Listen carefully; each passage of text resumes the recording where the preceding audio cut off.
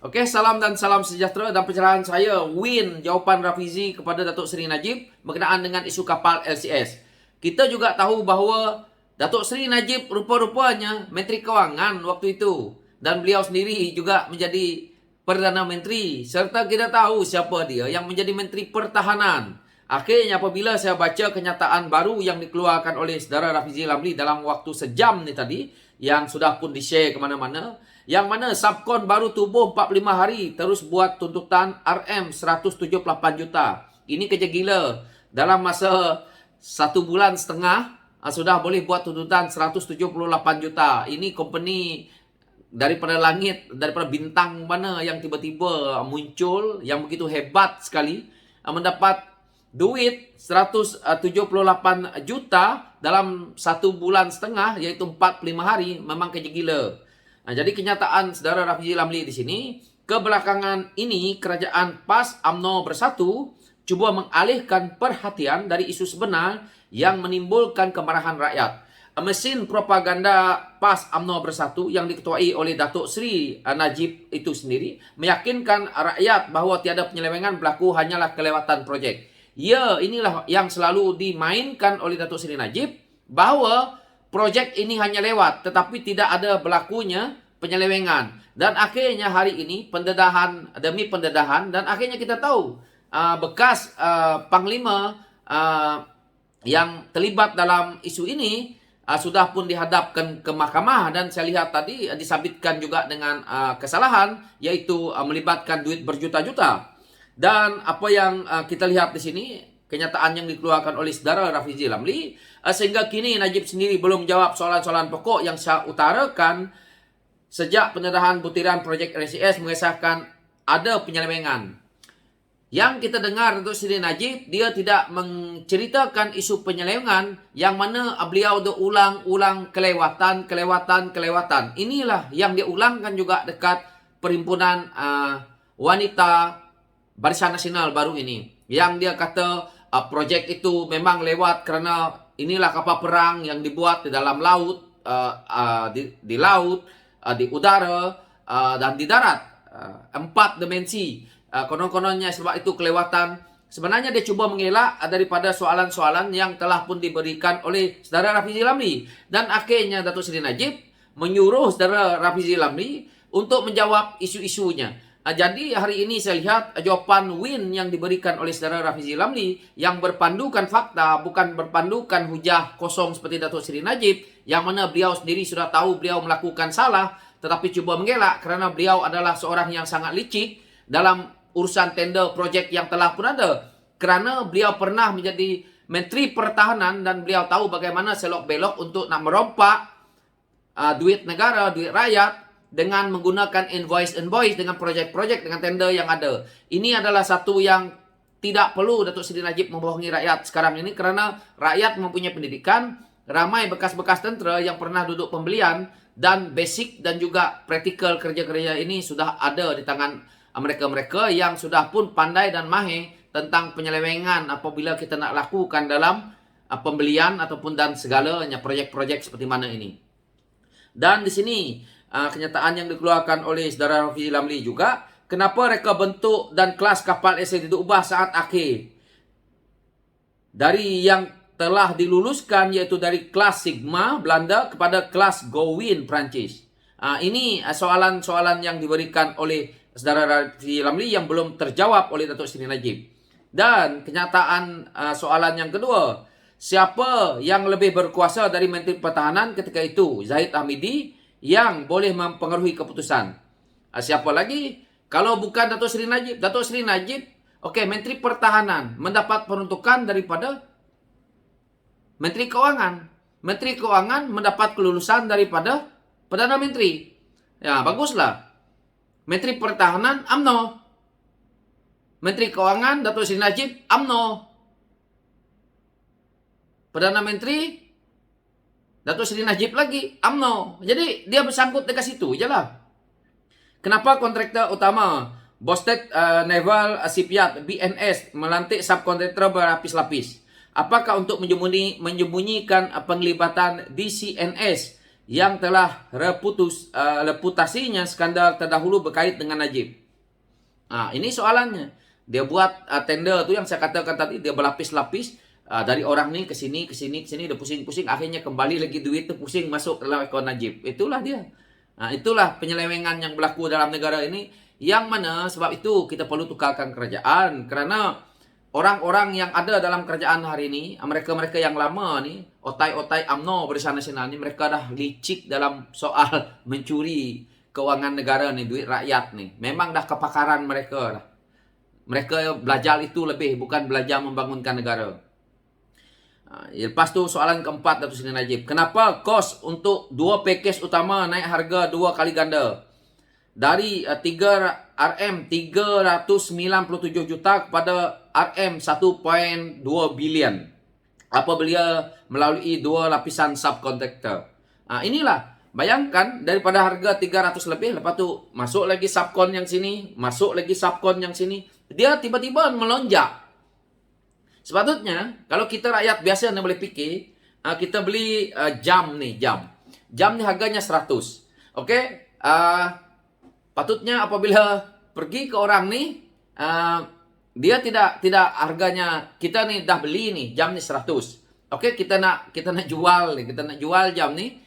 Harganya tidak mungkin lah 100, dia akan turun 80, mungkin dah turun lagi. Tetapi berbeza dengan kontrak, dia makin naik. Ini yang jadi rakyat pening. Kerana dia nak merompak duit itu, dia buat syarikat berlapis-lapis, dan akhirnya dia boleh claim di atas 3 lapisan ini tadi, akhirnya dia 3 kali ganda. Ini adalah kebijakan pemimpin-pemimpin UMNO Barisan Nasional dalam menguruskan tabik urus negara kita ni.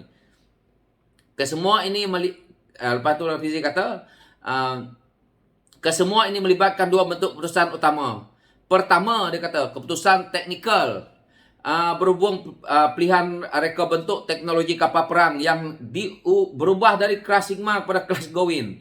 Kedua, keputusan kewangan peruntukan dan pembayaran sepatutnya teraluk pada semua perkeliling pembandaraan yang mengawal selia urusan tuntutan dari kontraktor dan subkontraktor.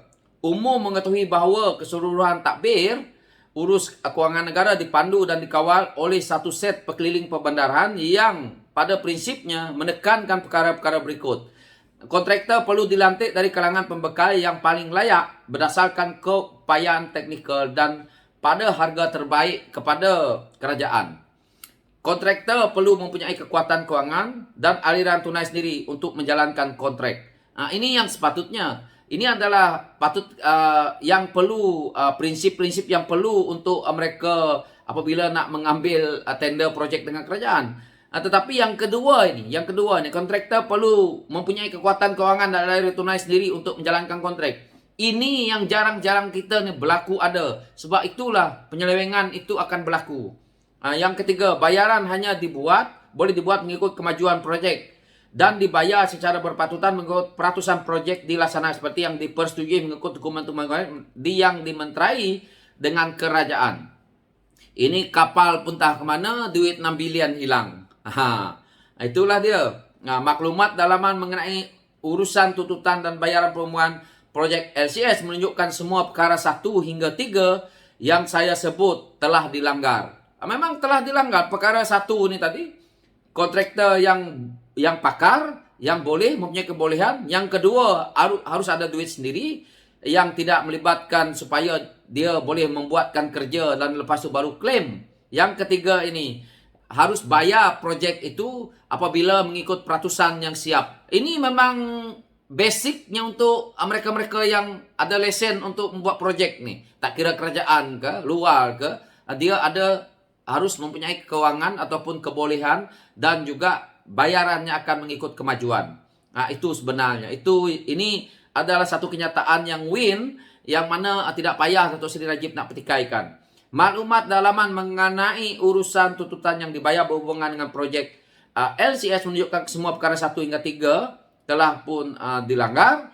Ada bukti yang menunjukkan sama ada kontrak kerajaan dengan BNS tidak mengikut peraturan kewangan perkeliling pembandaraan ataupun pembayaran dibuat tanpa mengikut kemajuan projek yang melanggar perkeliling pembandaraan. Dan pembayaran-pembayaran telah dikendalikan oleh Kementerian Pertahanan dan Kementerian Keuangan. Peruntukan disediakan oleh Kementerian Keuangan Menteri Keuangan semasa projek LCS ini telah diluluskan dan pembayaran awal dibuat oleh Najib. So, kita tahu Menteri Pertahanan Datuk Seri Zahid Hamidi, Menteri Keuangan Datuk Seri Najib Razak, Menteri Perdana Menteri Datuk Seri Najib Razak juga. Jadi ketiga-tiganya orang UMNO Barisan Nasional. Tidak ada PS di sini. Sebelum ini kita tahu bahawa sebanyak 400 juta dari pembayaran pendahuluan projek LCS untuk membayar hutang lapuk BNS. Perkara ini sepatutnya melanggar peraturan kewangan mengikut peliling pembandaraan, yaitu pembayaran pembandaruan satu projek hanya boleh digunakan untuk projek itu. Jika kita buat pinjaman sekalipun, bank hanya akan membenarkan pinjaman dikeluarkan bagi tujuan pinjaman itu diluluskan. Ya, inilah yang kita lihat awal-awal, yang mana dia pergi kepada soalan 1 yang dibuat oleh soalan 2 yang dibuat oleh saudara Rafizi Ramli ini tadi, yaitu kontraktor perlu mempunyai kekuatan kewangan dan aliran tunai sendiri yang dijalankan untuk menjalankan projek ataupun tender. Jadi kenapa tiba-tiba dia melanggar daripada yang kedua ini dan akhirnya dia boleh dapat bayaran untuk 400 juta, bayar balik uang pendahuluan yang mana hutang lapuk BNS ini tadi. Ini adalah satu kesalahan yang sudah total kita boleh lihat.